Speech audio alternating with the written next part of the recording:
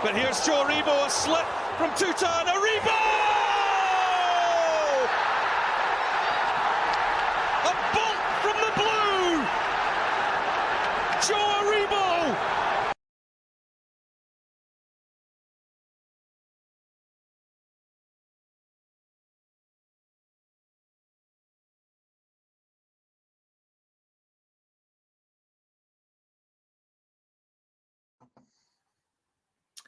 Hi there and welcome everybody to the Wednesday edition of the This Is Ibrox live bulletin. We've got plenty to talk about today, but I'm joined by Scott Mitchell. How are you doing today, Scott Mitchell? Yeah, not too bad, Kyle. Hope you're doing well yourself, mate. I think looking at the YouTube chat, everybody's buzzing for this tonight already. Yeah, I think we all are as well. And Scott Cameron, it's good to have you on again. How are you, Scott? Good. Looking forward to this more than I was at 95th minute last night, to be honest. Tell me about it. I know. I think last night's, maybe if it wasn't Davy Crocker doing the commentary, he might be that might be worth a shout in the intro video there. But something to look at for the future. We'll see. But look, we've got a great show today, as always. It's never dull with Rangers. I was sitting last night thinking that I was going to be dour and talking about a defeat right up until 94 minutes, but. Yeah, we've ruined Christmas in Aberdeen. Keen to discuss the guys' thoughts on all the goals. It seems to be a big change in mentality already, which is looking positive. I want to talk about some specific players and their performances last night.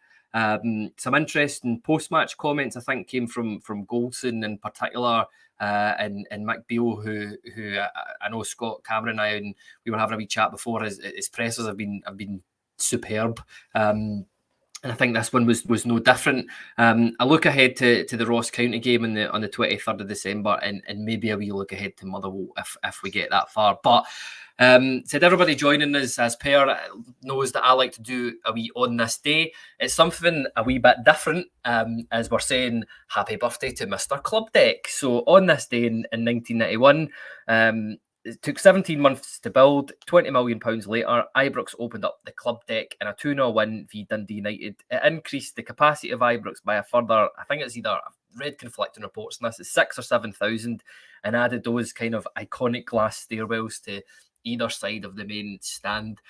Scott Cameron is someone who, like myself, sits in the club deck.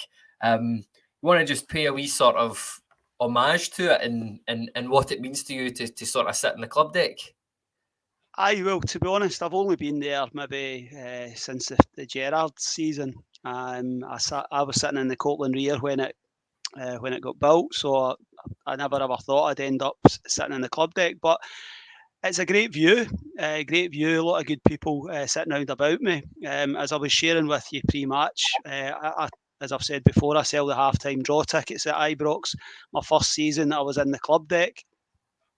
So 120 steps up to sell my tickets and 120 steps back down, then 120 steps back up to watch the match, then 120 steps down after the game. So it was good for the fitness point of view, you know. But it's got a reputation as you know, it's a library up there and rustling sweetie papers and all that sort of situation. But to be honest, it's as good a view as there is.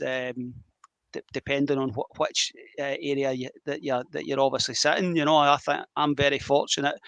I'm sort of halfway between the centre circle and the Broomland Road end, you know, so I've got a great view vantage point to basically you spot the passes before you certainly see the passes before the players do, you know. So yeah. It's I think it's great, and I think it's mad. It's 20 years. You know, I mean, was it 20 years you said, or 30? 30? I mean, geez, I must have been only about 7 or something when it got built then. I wish. But the club deck's great. I think it would be brilliant if we had a 3-tier on the other side of the park as well, you know, but that's a different conversation entirely. I am fitter than certain Colombian people within the squad. I can say that. And I love that wee guy, but I am far fitter than a few of them, that's for sure. But a club deck's brand new for me. Yeah, I can't echo those thoughts enough. I know Scott Mitchell and myself, we had a brief stint there, didn't we, for the Hearts game. Come on, don't act like you didn't enjoy yourself sitting in the seats, Scott Mitchell. It was smashing. The seats were absolutely tremendous. I didn't have the luxury of having to walk up the 192 steps, however many that was. We get the lift up on that, did. Which is quite fun. But I have to say the view was spectacular. I think if there was a way for him to get there when Walter Smith was the manager, he would have been sitting in the club deck watching the game as opposed to being sitting in the director's box. Cracking view, and as you say, Cammy, you see everything before the players do. You can actually pick the game out. It's like watching Football Manager. You know exactly where the next pass is going to go because the game is right in front of you, and it's a smashing view. But I definitely wouldn't sit there ever again. Yeah, no, some of my greatest Rangers memories have been in that club deck, and that it will stay with me for the rest of my life. Lundstrom scoring that goal and just seeing hats and teeth and all sorts of stuff just flying round about us, and it'll never be forgotten. So I've always got that to thank for in the club deck. But listen, I caught COVID that night, Kyle. So COVID in the club deck, but it was worth it. That's it. It's a wee added story to tell. I always mind for a couple of days. My wife's going to me, "You're sounding a bit." It's just because it was the game, and 2 or 3 days after that, I tested positive a week before Seville, and the rest is history. So that's the club deck for you. I know, man. I was unsure when I first moved there, but I'm glad that's where I'm sitting because it's a cracking seat, as both you guys said.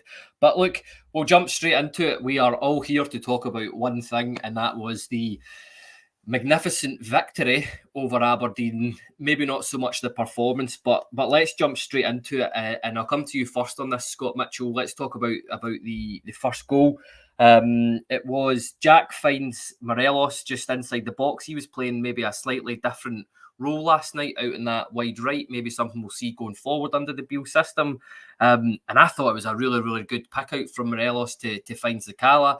Just a shame that Sakala's first touch wasn't quite as good. It was terrible, to be honest with you. He just totally sclaffs a shot.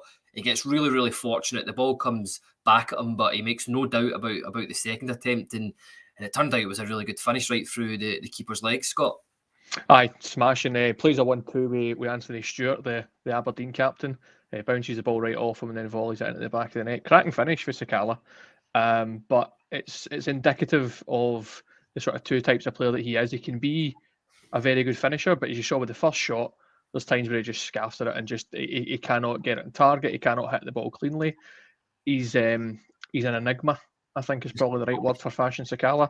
I don't think he even knows what he's going to do half the time, but that's for me, that's half the brilliance of Fashion Sakala. I think when he's playing like he is right now, that's 2 goals in 2 games and 2 opening goals in 2 games for us in the last while. So I think when he's playing like that, he needs to be in the team.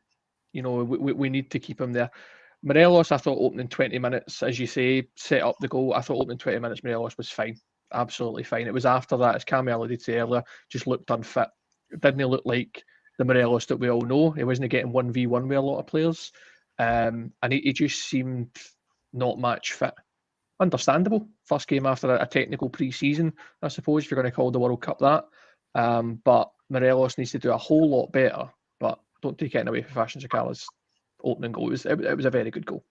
Yeah.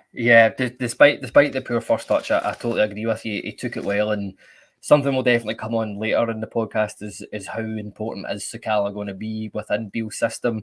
But Scott Cameron, you've got the unfortunate task of maybe dissecting the Aberdeen, or their Aberdeen's first goal, I should say.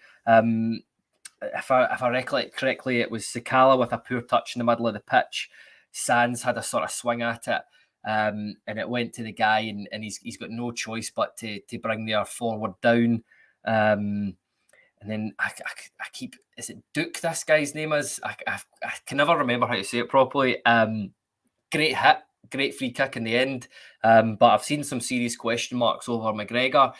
I don't want to say, I think it's unfair to say who would you apportion the blame to in this goal, but for me, there was certainly a few things we could have done a wee bit better here. I think, to be honest, it's like pretty much every goal we ever lose. It's a catalogue of errors. You know, it's you could basically you could say there's 3 or 4 players involved in it.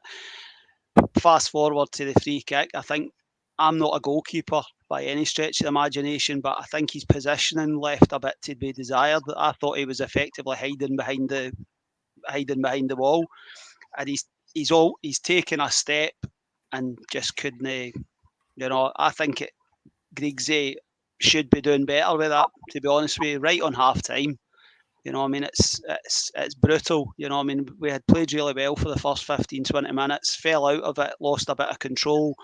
But you're thinking we can just go in at the break, a goal up, and then try to organise and kick on in the second half. You know, but Sands, I know we're probably going to talk about him. Never a centre half in 1 million years. Michael Beale talks about it. Michael Beale mentioned it in his post match that he's a centre half playing. He's a centre midfield player playing in defence. I'm pleased that he's actually just came out and said that, because that sort of tackle, Ben Davies doesn't make that sort of tackle. I don't think Leon King doesn't make that sort of tackle. Connor Golson doesn't make that tackle. I just think we're asking for trouble playing him there, and I hope that is the last time we ever see James Sands playing centre half, because that was a huge part of the lead up. And then obviously the boy Duke looks decent. I think even the game where we cuffed him about 4-6 weeks ago, I thought he looked quite dangerous that day as well. I think he caused Leon King a lot of problems. So Aberdeen have recruited quite well. They've certainly got a bit more threat in the forward areas, although they didn't. You know, certainly on Saturday they didn't show anything, and at times last night, you know, it was a bit in and out. You know, but terrible goal to lose.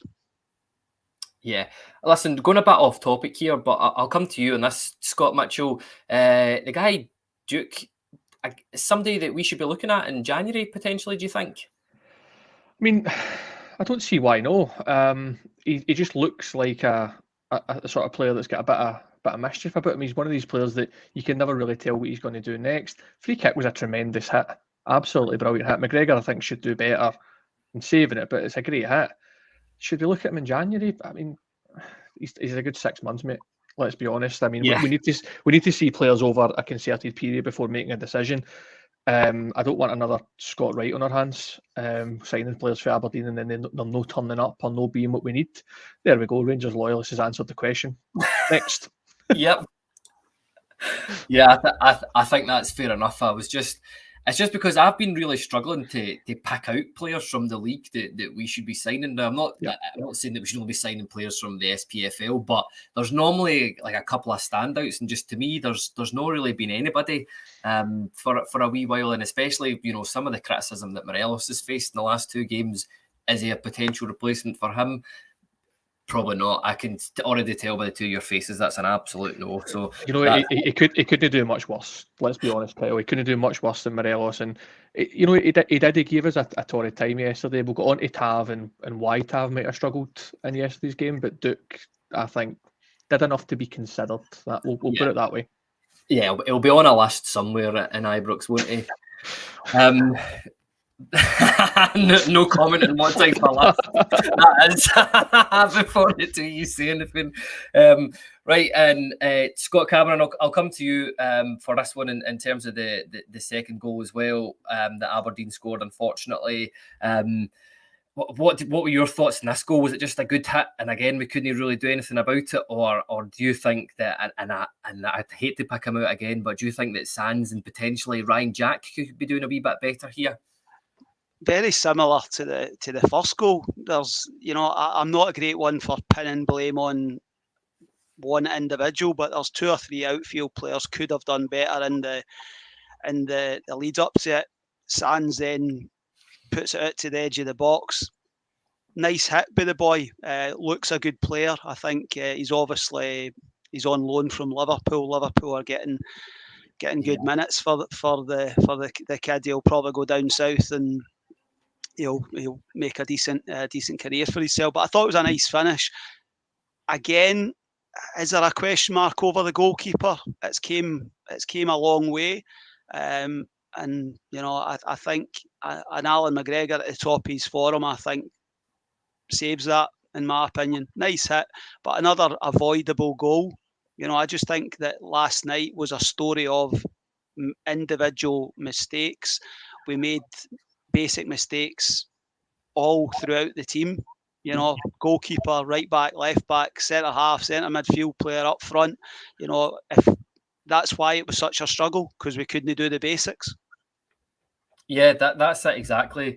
There was a few glaring errors in that point, and to be honest with you, I largely think that we weren't the better team for nigh on 50-60 minutes in that game, which is a bit of a disgrace for a Rangers team going up to Pittodrie like that. But Scott Mitchell, I get to talk to you about at least the the goal where I thought that we were going to be talking about a draw. So we'll fast forward on to 94 minutes. Ryan Kent, who I thought had an excellent game last night, he seemed to be, and it's so cliched, but it was a bit more back to his old self in terms of having that sort of free roaming role and just really seemed to be running and attacking players. He had a fantastic run here and a good shot at the end of the day, which forced a good save out of the goalkeeper. From a goalkeeping perspective, you're absolutely fuming if you're an Aberdeen supporter, because he puts it in a terrible, terrible area. But thankfully, Scott Arfield's got his striker's hat on in here, and he's just following it in, and it's a great finish. Just smashes it into the back of the net. Yeah, absolutely. I mean, I seen a few over Twitter who were saying when Arfield came on, they were saying, "Oh no him," but he shows again how important he is to our team, and there's nobody else in the squad, I think, that does what Scott Arfield does. He's a very, very effective player. There was talk yesterday on the podcast, which if you've not listened to it, go and have a listen to Ross and Craig having a chat and breaking down the game, because it was a tremendous chat. There was talk yesterday, obviously, about these players that were given these rolling 1 year contracts to, and why are we doing it? Last night showed exactly why Scott Arfield is amongst that bunch. I don't believe that Steve Davis should get an extension. I don't believe McGregor should, but I cannot fathom letting Arfield go for free in the summer. It's just, he's too important to the team. Even if it's a bit part player, we need to keep him going. Ryan Kent, a word on him. Brilliant yesterday. See when he's playing in that free role where he can just pick and choose where he wants to go and where he can be most effective. Absolutely brilliant. You saw it late on in the second half though, when Wright came on. Kent was pushed wide, I think, to accommodate the formation that we were playing, and Kent became a lot less effective at that point. So for me, Kent, if he's playing, he has to play in that free role. He's not no use to his out on the left. He's a good player, but he just his effectiveness goes down massively when he's playing out on the left hand side. Yeah, I think there's a lot of agreement in the comments yesterday about Ryan Kent's performance in terms of the shackles being off and him being. He's a creative player. I mean, I think Beale alluded to that in one of his first press conferences. He's known him for ages and that he's looking forward to working with him. And yeah, I totally agree with everybody that he did look top notch last night again. And look, Scott Cameron, you get to talk about the moment that we're all dying to talk about, and which caused such fury up in Aberdeen. And I'm sure we've all been on seen all the videos from all the Aberdeen fan pages, which make it even better, even sweeter. But Tillman with I thought this was excellent skills. I'd actually thought he'd come off at this point. I thought he was one of the four that'd come off because he'd done so little, and it was just one of those things. I was like, is that Tillman on the outside of the box? But in that situation, I suppose it's the exact type of guy that you want to be there. Showed some really, really good feet. I think he had three people on him at one point. Finds a lovely cross. That is a difficult cross to do technique-wise. I think it was just the sort of deft we chip on it. It was brilliant that the two Aberdeen players sort of got in a muddle. The ball falls. It does not touch Connor Goldton's arm. You can see him actively moving his arm out of the way of that, and it falls to Scott Cameron, who, it's a brilliant finish, just smashes it down into the ground right over the goalkeeper. I actually didn't know what I was watching, to be honest with you. It was just to go 2-2. You're still thinking, still 2 points dropped. It's not enough. We've not kicked a ball. Your post-mortem the next couple of days on Twitter, and everything's going to be brutal. But Tillman, the comment there for John nails it. The type of player, I thought he was really on the periphery of the game last night. I didn't really, but he came up with that moment. Great quality, dinks it up. Goldson does it fantastically well not to handle it, to be perfectly honest with you. You can actually, you can see him. And Scotty Arfield, I 100% echo what Scott has just said. He was on the park for half an hour. He had 4 chances. He scored twice. See, until we can bring in, I'm not advocating Scott Arfield starts every game. He's an impact player. We don't have another player in our squad that gets into goal scoring positions. I don't think we have a lot of players with his mentality. I think he's a winner. He's bright. He's a great player for the young players. Great for the senior. I would compare to a James Milner at Liverpool, who gets constantly gets rolling contracts and all that. I think Arfield's probably had more games this season as a result of Lawrence being injured, Lowry being injured, Hadji being injured, which is fair comment, but it doesn't diminish his overall contribution on and off the park. So for me, he gets another year. He's won. There was a spell where he was going away with Canada. He was picking up injuries, all that sort of situation. I think since he curtailed his international activities, I think he's been pretty much available. Touch wood, I don't want to jinx him, but he could have basically kept playing for Canada and went to the World Cup. Now, I know the World Cup was a huge ambition for him, but he prioritised playing for Rangers. So we've spoke about it in our group chats, and I think that I would say the majority of the group chat would probably say Scott Arfield shouldn't get a contract, but I think 100% he gets another year for me. But just as an impact player and for contribution on and off the park. Yeah, it's interesting that's generated a lot of debate in the comments, that one about whether or not to give Arfield a new contract. It's a difficult one for me. I totally agree with the pair of yous in terms of he's a good guy to have around. You can just see him. He's cup of tea and his arm round whoever, whenever he's walking into the stadium. And I just think it's his mentality. He's a winner and he's got. How old is he now? Is he in his sort of mid-30s or something like that? 34, I think.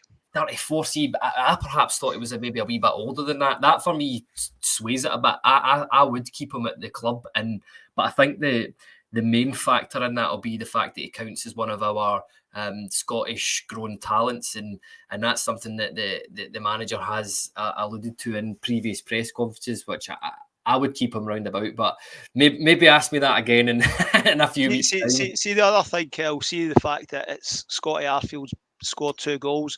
You think back to Livingston at the start of the season, the first day of the season, Scott Arfield came off the bench and he influenced getting the 3 points. That I don't know what he's at, maybe 6, 7, 8 goals this season. 7. I mean, 7? You can't. Listen, you can't argue with that. In my opinion, I think the fact he's Scottish trained, I think is a huge reason for him. But see the fact that he scores this in the 97th minute, everybody's gone mental. Players are like jumping like 30 feet up in the air. He never forgets the salute. You know what I mean? No matter what's going on, he loves the celebration.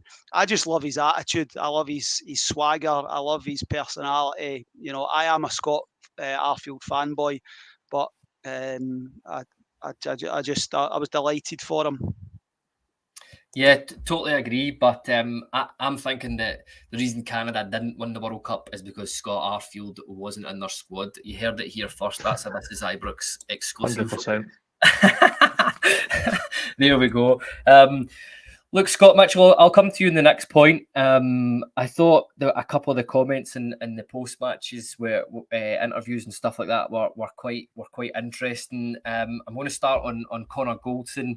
I said we'll maybe get on to how he played later on, but I thought it was very revealing when he said the last 2 games, having watched from the stands the last 6 to 8 weeks, we probably wouldn't have won those games before.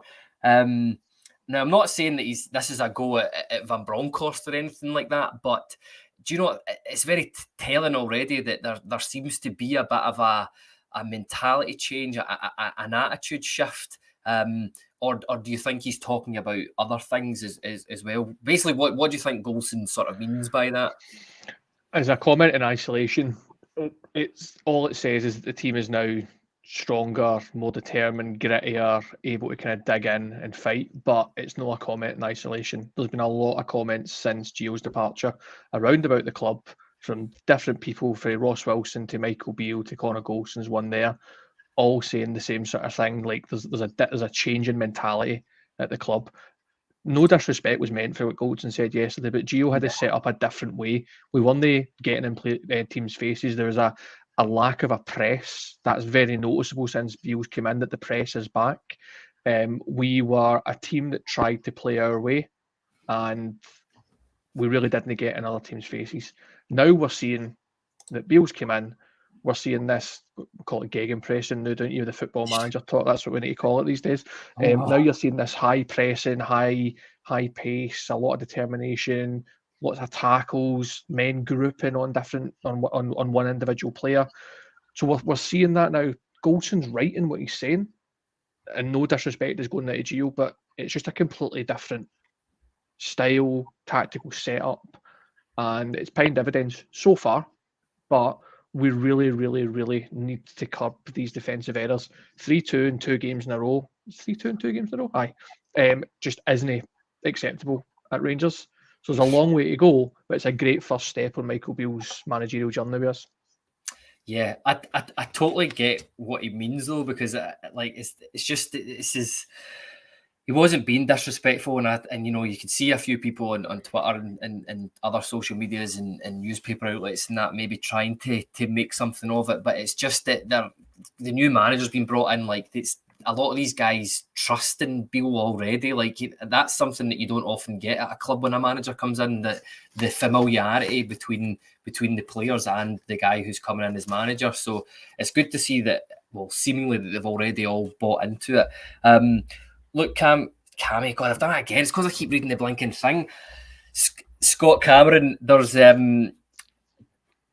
perhaps, when Beale came on, he sort of had his press conferences. He said it in a few of the outlets, and it was that sort of same line. He rolled out the 10 out of 10 for mentality and 5 out of 10 for performance. As we've already said, it was yet again another good press conference. Are you happy with the way he's handling this, especially the fact that he still seemed quite raging despite we won the game? Well, you could see by it wasn't an over the top celebration at the end of the game. You know, that's even before he's when all the players and the manager have went across to the travelling support. That's to acknowledge the support that they had given, but it wasn't, they weren't jumping on each other's backs or going OTT. Within his presser, I thought he was very. I just like his honesty. I just think he's very. He doesn't sugarcoat it, and I think he's right. Rangers is about winning, and Rangers is about 3 points. But he knows that you're not going to get away with performances of that level if you want to be successful, and that's the most obvious thing for me. I mean, mentality. I hope that the players, and I think they referenced that confidence has clearly been low, and I think that 2 results like that can only help build confidence and a stronger sort of belief. I mean, I genuinely don't believe Connor Goldson is being disrespectful in any way, shape or form. He is only stating the obvious. Yep. I think every Rangers fan, we would not. I mean, Hibs last Thursday night, half time, if that's the start of November, we're not coming back and winning that game. We probably concede again, you know. But so it's 2 games. Performances still haven't been great, but we've dug it out. And Michael Beale has given more open and honest and transparent updates in the space of 3 or 4 weeks than we've had in the course of 12 months. And again, people say that's a criticism of Gio. It's just different styles. Gio had the way he wanted to play on the park. He wanted to handle the media and be quite hide with regard to how long a player's going to be out. Michael Beale's just coming out and saying, well, Ridvan Yilmaz is 5 weeks away from coming back. Mm-hmm. Just the basic, honest and open updates and communication that we want. You know, Rangers fans will accept a lot of things, but just be honest with us and just give us 100%. That's all we want. Yeah, no, that's it exactly. I totally agree with both you guys in terms of that. I don't think anybody has been disrespectful to Gio. It's just a matter of fact. And if you take away the fact it's a football club and we all support it, I'm sure we've all been in workplaces where something's happened and people just chuck it. You know what I mean? And it's nobody's fault. It just sort of spreads throughout the work team, and I think that's exactly what's happened in this case. And they just down tools and just didn't back him, which is. I'm gutted about it. As Gio is one of my favourite players, and I really, really wanted him to work out as a manager. But anyway, that's in the past. We'll talk about the future, so to speak. A few performances I just want to talk about last night before we move on to the Ross County game. I'll come to you first on this, Scott Mitchell. I said I'll maybe sort of group the two of these players together and you can let us know. Sakala frustrates the life out of me, but we talked about him a wee bit earlier. He scored another opening goal for the team. And I arguably thought in that first half he was our biggest threat. There was a Morelos chance, but Sakala obviously got the goal and he had another. I think he had a shot that just went over the bar and another couple of efforts. So where do you stand on Fashion Sakala being in this team, and are we just going to have to accept that sometimes he's a bit push and he's going to do something bad, but the return you get, are you happy with accepting that? I think as things stand, absolutely. Fashion Sakala right now is a better player for us on the pitch than he would be on the bench. The options that we've got, alternatively speaking, aren't great. You're looking at, if you want to bring somebody else in right now, you're bringing in Scott Wright to perform down there. Curry, I'll speak to the missus about that one. She likes that painting a lot, but I don't know where you're getting the cat's faces from, but we'll go with it. That's throwing me right off my groove there. Sorry. Every time I think of Fashion Sakala, I'm going to see a cat's face now. Okay. Fashion Sakala is an absolute enigma. For all the good he does bad. I know a lot of people are apportioning blame on the opening goal yesterday on James Sands and on Alan McGregor.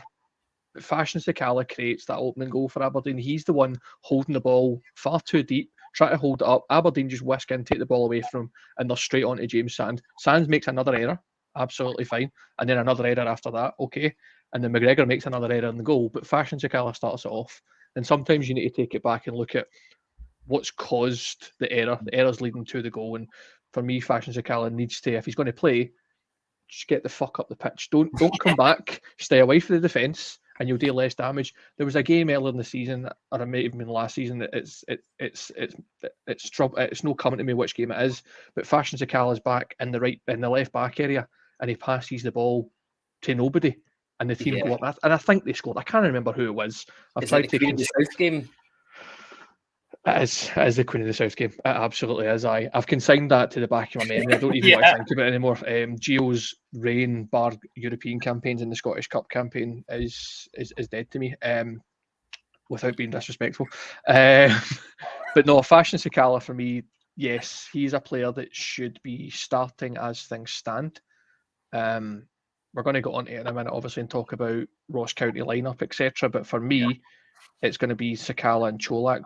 But Morelos has an option of getting in there potentially, because I think Morelos can be important to the team. But Fashion Sakala, he's a 6 out of 10 player. Yeah. It's see, but people said Sasa Papic was a 6 out of 10 player every week, and they loved him for it. And I'm nowhere comparing Papic and Sakala, so don't anybody at me in the comments for that, eh?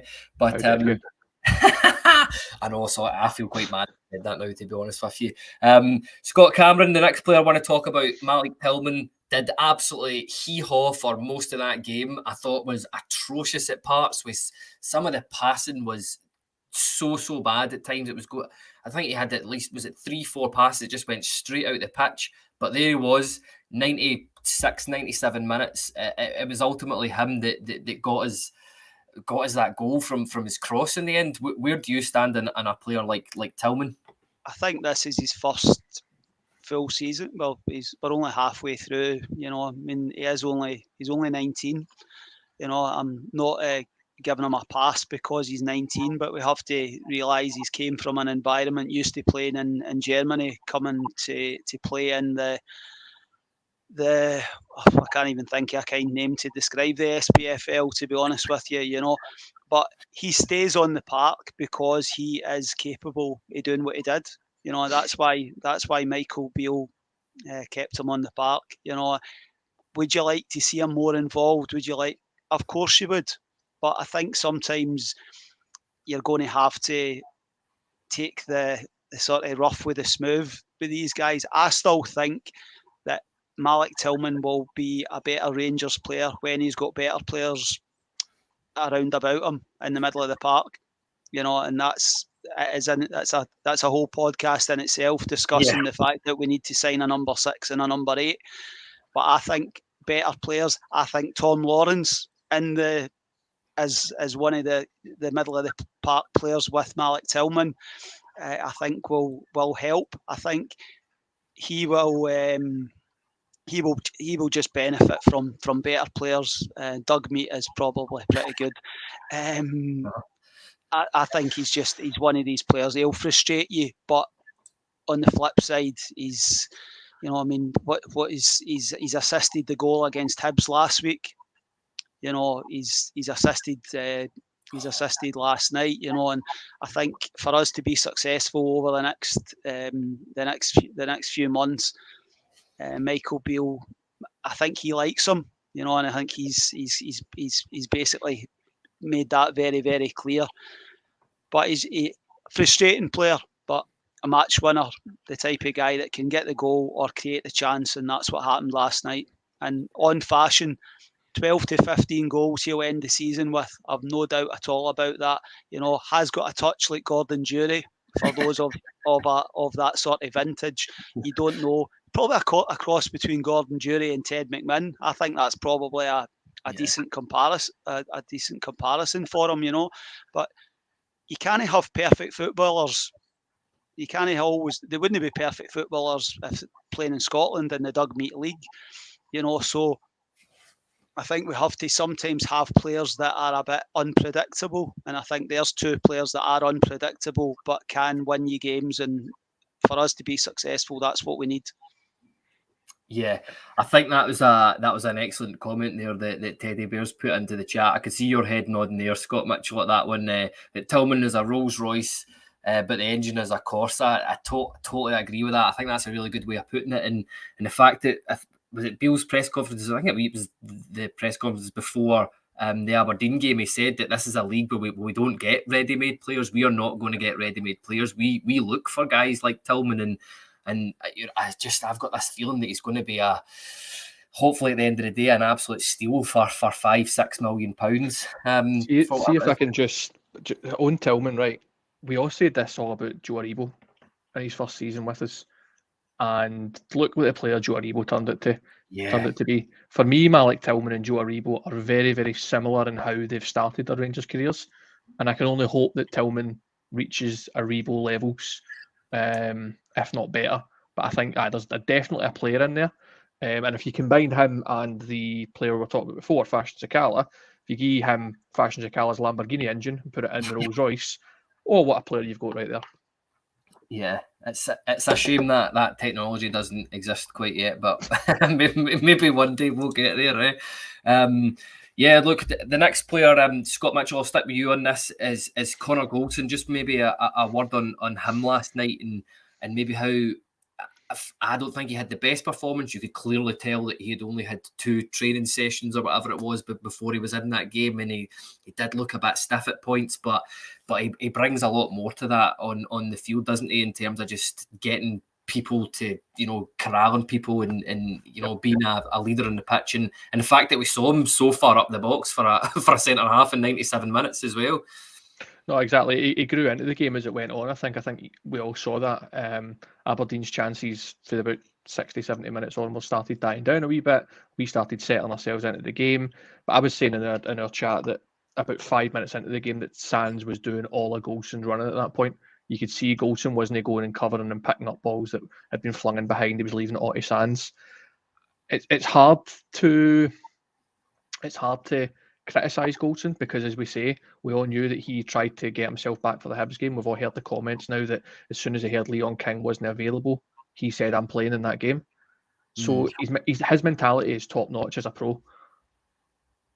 But it was a 4 out of 10 performance from him. He didn't do enough. It's unfortunate. It's not his fault, and I feel absolutely awful in saying it, but yeah, it can only get better for here. We know the sort of player that Connor Goldson is. We know how good he can be. Yesterday wasn't it, but if you look at the performance of the centre halves yesterday compared to the Hibs game, it was still night and day. We were still so much better, organisationally better. We defended set pieces, apart from the goal, obviously. He makes us a better team when he plays, and that is very evident. Anybody that comes for Connor Goldson will have to go through me first next time, because I used to be one of the people that slated him. I used to think he thought he was better than he was, but he's now so important to our team, and I'm buzzing to have him back finally. For me, he started last night so that he could get up to match sharpness for the Old Firm game in the 2nd of January. There's no doubt about that. But Scott Cameron, the last player that I wish to talk about last night before we move on to our preview of the Ross County game was Tav. Robert Robertson says here, any truth Tav played with the flu? I know we've seen in a few media outlets that's been reported as the case, but what do you think of this? Do you think that this is good that that the captain's still prepared to play, or despite being ill, and I heard that he travelled up in a car himself, and that he got changed in a separate area from all the players as well, or do you think it's just a bit daft that he needs to look after himself a bit, and that maybe King should have slotted in at right back last night? I would be surprised if he's played with the flu, to be honest with you. I'm not disputing the accuracy of the fact that he was under the weather, but I think the medical people might have said, no, hold the bus here. I don't think that's a good idea. So fingers crossed that passes, and he's better by the end of the week. But he was stinking. I don't think Tav's been at his best across the season. He still contributed reasonable numbers, but he set such a high bar, So I think it's caught up with him a wee bit, playing pretty much consistently for the last 7 years, being the sole creative outlet and all that sort of situation.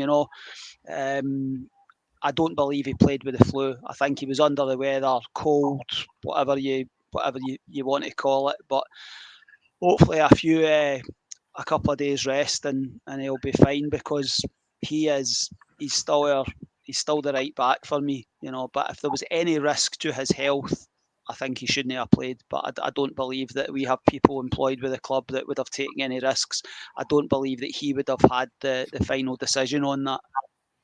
Yeah, I'm in agreement with you there. I'm not convinced he had the full blown flu. I think he might have been a wee bit under the weather last night, but I don't know. I'm kind of agreeing with a lot of people in the comments here. I don't think he's been quite as effective as he has been in previous seasons. But is that down to the previous manager not having him in that role and crossing the ball in the box, maybe curtailing him a wee bit. But who knows? Hopefully he cracks on for the rest of the season. But look, we'll move on to the Ross County game. Rangers travel up to Dingwall on the 23rd for a 7:45 p.m. kickoff, which is lovely for all the travelling bears going up there. Scott Mitchell, I'll come to you first on this in terms of maybe what do we expect from Ross County. They're sitting 10th in the league at the minute. They lost their last game to St Johnstone away at the weekend. I seem to remember the 4-0 game at Ibrox that we had. That was perhaps arguably our best domestic display up to that point. I thought we were pretty good that day. Did Stephen Davis score in that game, I think? Am I making that up? Can't remember. My mind, mate, I've consigned Gio to history. Yeah, but what are you expecting from Rangers travelling away up north again for the second time in such a short period of time? It's going to depend on the lineup. I think if we go with the same back four that we did yesterday, I think we're in for a difficult game. However, I've got a sneaky suspicion that Ben Davies will start in this next game, which only brings a bit more confidence to the rest of the guys. So I think it'll probably be another tough game. I'm probably getting ahead of myself saying that Ben Davies is going to be the saviour. It's going to be another tough game, but it's going to depend, as I say, on who starts. If we get Tony Goals up front, if we get Sakala up front mixing it around with him, if we get Kent in the 10, I don't think there's many teams in the league that's going to be able to cope with that sort of firepower, that sort of movement and that sort of ability. Mm-hmm. Sakala not included in that conversation. But I expect a tough game. Malky Mackay's always got his teams really, really well drilled, if nothing else. They've got some good players in their team, Ross County. I think they're mixing it quite well in the league this season. I've not really done my research on them, but I don't hear talks of them being in a relegation battle, so they must be doing at least mid-table. So, 10th. Yeah, they're 3 points above last place, I think, and I think their levelling points will come on. Well, ignore everything I just said then. So I reckon we're going to spank them tomorrow, on Friday, sorry. No, really, it's going to be a tough game for us. 2 trips to up north is always going to be difficult for anybody. Within a week, it's going to be really, really hard. I wanted to come out of this run of fixtures, so these 3 games, the Hibs, the Aberdeen, the Ross County game, I wanted to come out it with at least 7 points. And we're on track for that. So hopefully that's where we are, and we're looking at the Motherwell game. We're looking at an almost full strength team, and it's all good. But it's going to be a tough battle up there. Yeah, that's it. I think we were always expecting this, given the start of the season. I think it's Paul McGarrigle said in the comments there that we were always meant to be going up here. I forgot that. I thought the fixtures had been rescheduled, but that's fair enough. Scott Cameron, what are you expecting to go up to face in Dingwall, basically, and how do you think the team will cope with yet another massive trip? I don't actually know if the team have stayed up there or if they've come back down, but I suppose it would make sense for them to stay up there. But how do you think Rangers will fare against Ross County? I think Scott talks about getting a settled back line, so I think that ideally you've got Tav, Goldson, Davies, and I think Devine will stay in it left back. I think it's important that we try to get that unit as set as possible. Hopefully Barisic is back for the Motherwell game, so we have that option heading into the game on the 2nd of January. But I think this is the type of game. I'm a great advocate of only having one sitting midfield player. You know, I think this is a game where I think you can have potentially go in with, I'll say, Lundstrom, Arfield and Tillman as your 3.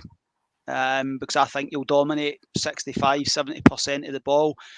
The game that we played Ross County up there last season, where we threw it away, I think McGregor chucked one in the 97th minute. A couple of the goals, we caused our own problems that day.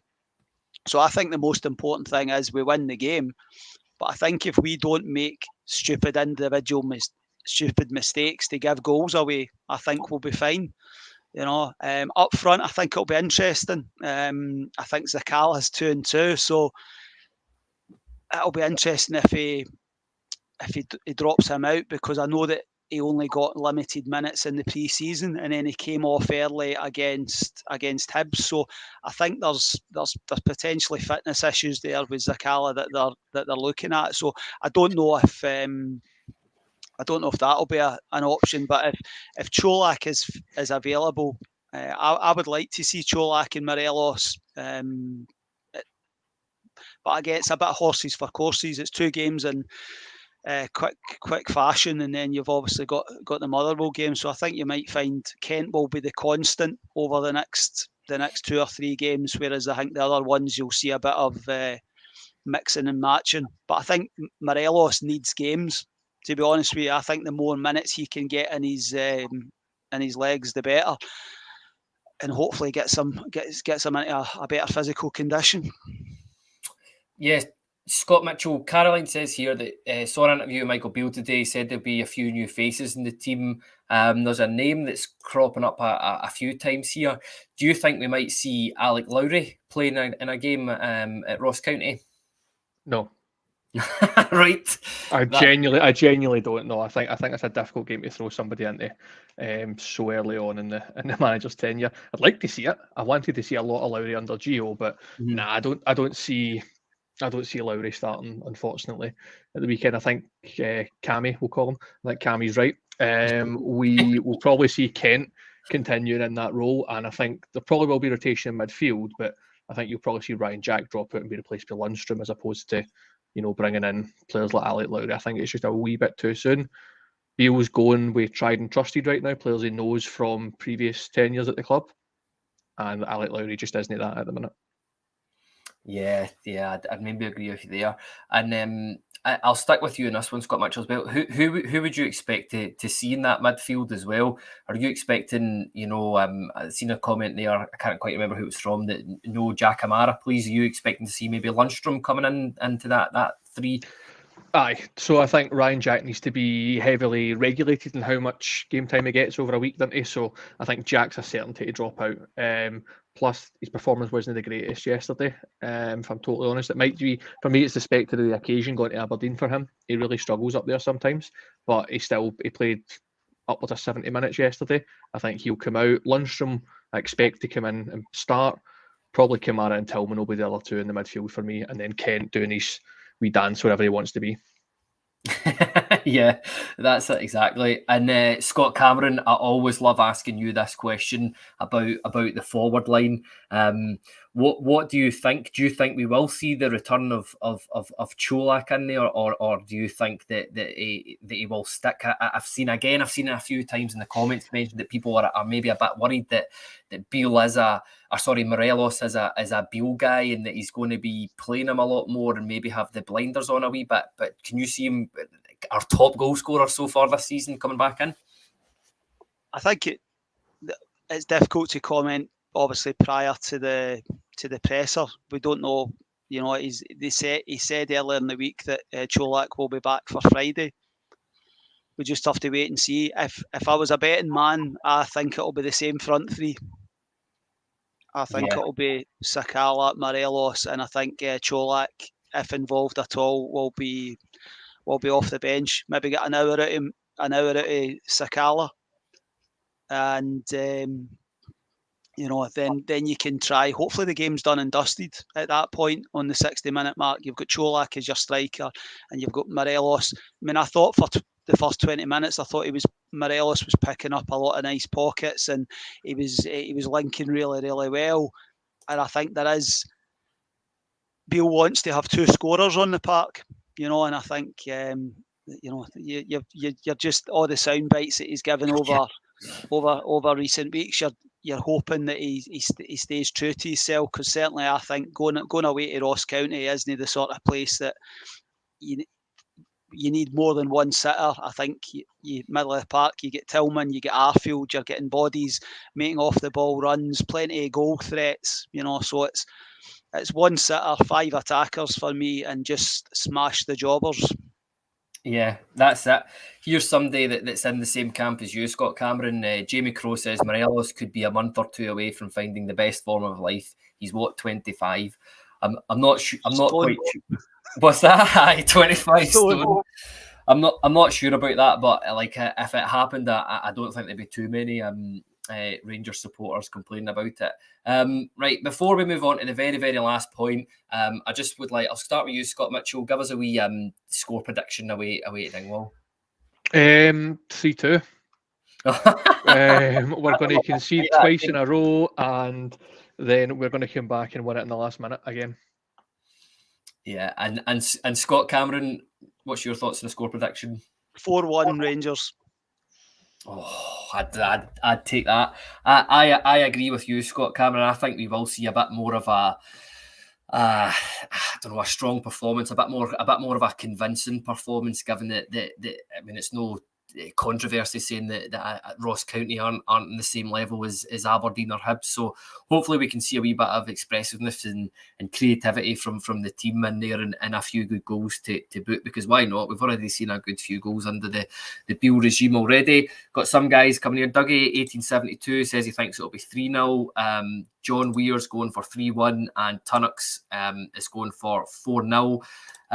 The very last point, and I know this is jumping ahead a wee bit, but it's because we just due to scheduling, I don't think we'll have a podcast on until at least Motherwell post match. But I'll start with you and this, Scott Mitchell. If I can just bring the comments up here, it's about the Divine Barisic debate, because Barisic is meant to be returning for that Motherwell game from the World Cup. I know he's been in the tabloids today saying, I wore myself out to the maximum, both physically and mentally. Honestly, the whole tournament is just very stressful. What do you think about these comments? Do you think it's a bit of an excuse? Are you expecting to see Divine dropped, given that I think he's played pretty well in the last two games? What's your thoughts on that situation? So to the first point on Barisic's comments, I think, I don't like saying it publicly, but I've always thought that Borna's quite weak mentally. He's a big man when we're winning. You see it when we played Legia Warsaw. He was right in at the corner against our fans, getting at big licks. After the penalty at Antwerp, he was getting at big licks to the keeper. I think he's weak mentally, and I think it's just all talk from him. He doesn't want to play. He's quite happy just loading it up in Croatia right now. And if I had the choice, he wouldn't be playing either. I'd have Ridvan in there. But having said that, his return is an interesting quandary, I think, because we're talking earlier about Tav and Tav's performances. Does his return allow us to then shift Adam Devine over to right back, play Borna at left back, and just see how Devine is in his natural position? Curry Muncher's put the nail on the head there. He played 90 minutes at the World Cup, and he said he's physically exhausted. I was physically exhausted watching him for a full season last year. Yeah. That's physically exhausting and mentally exhausting, watching him, and he's kind of turned around and back pass towards the goalkeeper or towards the left centre half all the time. Borna really irritates me at times, because there is a very, very good player in there, but as I say, he's weak mentally. I'd play him, but only if it meant that Devine goes to right back. Oh yeah, and Scott Cameron, what's your thoughts on that situation as well? I actually can't believe the comments that. I mean, the game that he played at the World Cup, he was absolutely stinking, and he was getting pulled all over the place. And I think the fact that he never got any opportunities after that were telling. I think he should be back in the training centre this weekend, to be perfectly honest with you, getting his cell ready to be involved for consideration for the Motherwell game.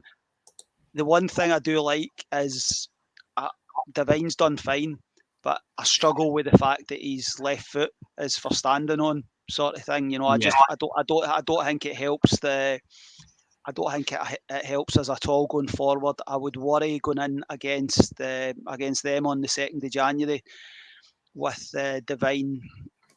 I'd worry about Devine either wing, to be honest with you, on the 2nd of January, to be perfectly honest with you. You know, Barisic is a big girl's blouse, and a lot of particularly the games at Celtic Park, I think he's filled his pants a few times across the city. Yeah. But I think in a home game, I would still be if Barisic is available. But I think it's important that he's involved against Motherwell. I don't think it would be great to just go with Devine until the Motherwell game.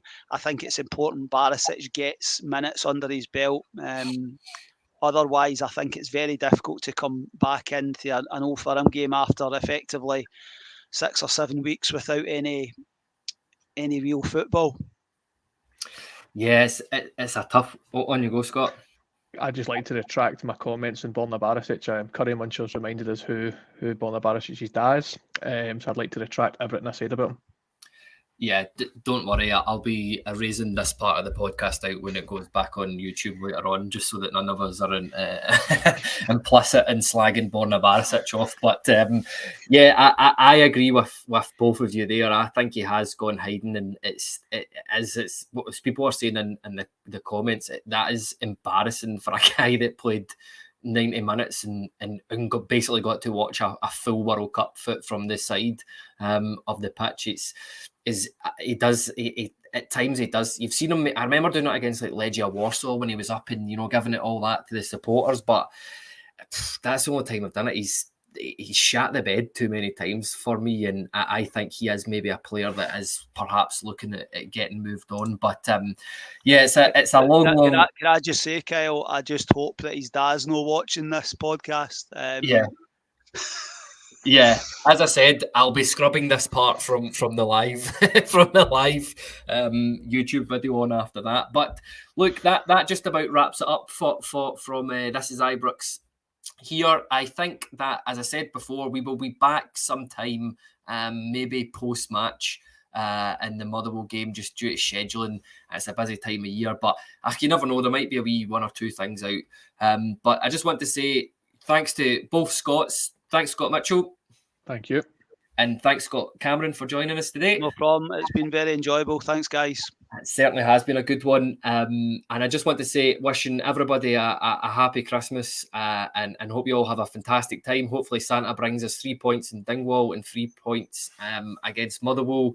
And yeah, everybody have a good a good Christmas, and we'll see everybody then.